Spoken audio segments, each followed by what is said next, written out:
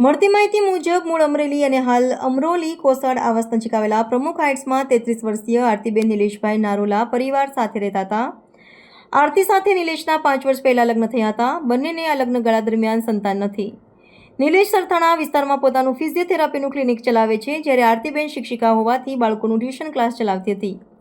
આરતીબેનને પતિ નિલેશભાઈ, તેની બે નણંદો, સાસુ સસરા ઘરમાં કોઈકને કોઈક બાબતને લઈ ઝઘડાઓ કરી ટોર્ચર કરતા હતા અને માનસિક ત્રાસ આપતા હતા, જેથી કંટાળીને અંતે આરતીબેને 17 ઓગસ્ટની સવારે ઘરે ઝેરી દવા પી લીધી હતી. ઘટનાની જાણ પતિને થતાં જ તેણીને સારવાર માટે ખાનગી હોસ્પિટલ ખસેડવામાં આવી હતી, જ્યાં આરતીબેનનું સારવાર દરમિયાન મોત નીપજ્યું હતું.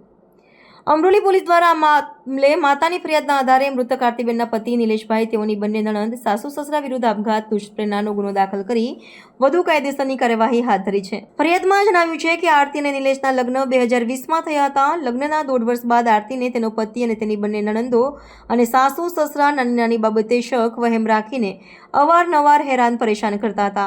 આ સાથે જ અવારનવાર ઝઘડા કરીને મારામારી પણ કરતા હતા. આ બાબતે આરતીએ તેના પરિવારજનોને જણાવતા પિયર લઈ આવવામાં આવી હતી. ત્યારબાદ સમાજના આગેવાનોએ સમાધાન કરાવતા તેની બંને નણંદોએ વતનમાં રહેવા મોકલી આપવામાં આવી હતી.